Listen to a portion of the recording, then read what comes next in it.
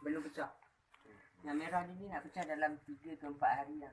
So, biasanya bila kutik pagi, dia akan terus buat lah. So ini bacuan yang pertama. Tanah merah, red soil, garam, air. Ni sekam padi bakar. Ni pun sama dengan yang ni, cuma yang ni cair sikit. Maknanya dia kurang asin. Kita buat 2 lapisan sebab nak cover yang ni. Lagi satu dia dalam kotak kan, kadang kalau buat 2 lapisan dia tebal, susah sikit nak pecah. So ni sekam padi bakar balik. Okay. First masuk kat sini. Siapa garam tanah tu? Ni yang ada garam ni kat sini lah. Sini. Tak sini. Sekam padi. Pakai tangan ni. Jangan dia Tak boleh 2 tangan. boleh tapi comot lah. Lagi satu kalau kita buat pakai ni, banyaknya dia akan lekat kat sini. Kita akan lekat dekat sini.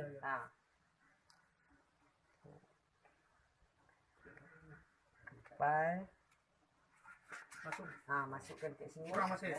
Ni lapisan yang kedua. Ini untuk tangan yang sama. Kurang masin lah. Itu kurang masin. Mudah je. Cuma tangan tu yang kena jaga. Tangan yang jaga, tak campur lah. Kita peram dalam Masin tadi. kita peram dalam 2 minggu lah. Tengok hati-hati. Program biasa lah. Peram biasa sendiri lah. Pergi try.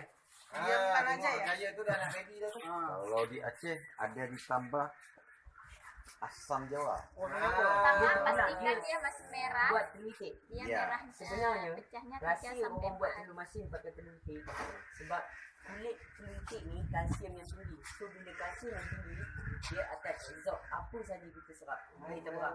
Percayalah cakap saya, ambil telur ni peram dengan cili, dia akan pedas. Telur itik. Kalau mau pedas Kulit dia tu, kulit dia tu. Kulit dia tu. Kalau berbuat asam jadi asam lah. Air gula dia jadi merah apa tak? merahnya itu Lebih kuat. cantik. Ini setelah ini diperam di mana? 2 minggu. Peram Di mana-mana. mana-mana lah. Sulit. Tengok. Okey lah. Expert dah. Pulang Aceh buka usaha. Nanti tunjuk ya, Pulang Aceh nggak kerja lagi saya. Ada perlu pekerja tu. Ini kalau ni Ini buat. perlu. Ini perlu tangan ni. Bujang lagi ni semuanya. Di Malaysia jadi tukang buat telur asin. tunjuklah dulu dah hasilnya. Hasilnya diperam 2 minggu. Nanti keluar Donald Duck. Dia tahan 3 bulan. 3 bulan. Sebelum 3 bulan tu kita makan lah. Tangan kiri. Tangan 3 kiri. bulan Tangan dulu kiri. dia Tangan kiri. Kalau lebih 3 bulan. Tangan kiri Tak boleh kesekam. makan lah. Rosak lah. Tapi rosak lah. Macam lepas 2 minggu tu, try basuh sebiji rasa sebab dia yang masin dekat hitam tu. Lepas tu kita Jangan simpan kena. dia sekali. Kering. Kering. Okey. Kanan. Basah kiri. Sebenarnya benda ni pun proses untuk orang dulu lah. Macam ikan kering lah. Benda makanan nak bagi tahan lama. Dulu kan susah kan. Bukan garam ya. Bergaram. Kita Ini lepaskan. dah letak di mana-mana tak pakai. Dan gunakan tangan kiri. Suhu bilik dah. Suhu bilik ya. Dan apa? Fifa.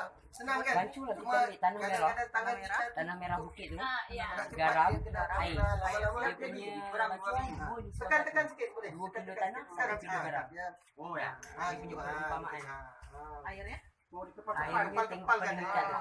Tahu ke dia kempel? Tahu lah. Ini sekam padi bakar. Padi Sudah kepal langsung. yang kering. Ya, sabar. Apa itu?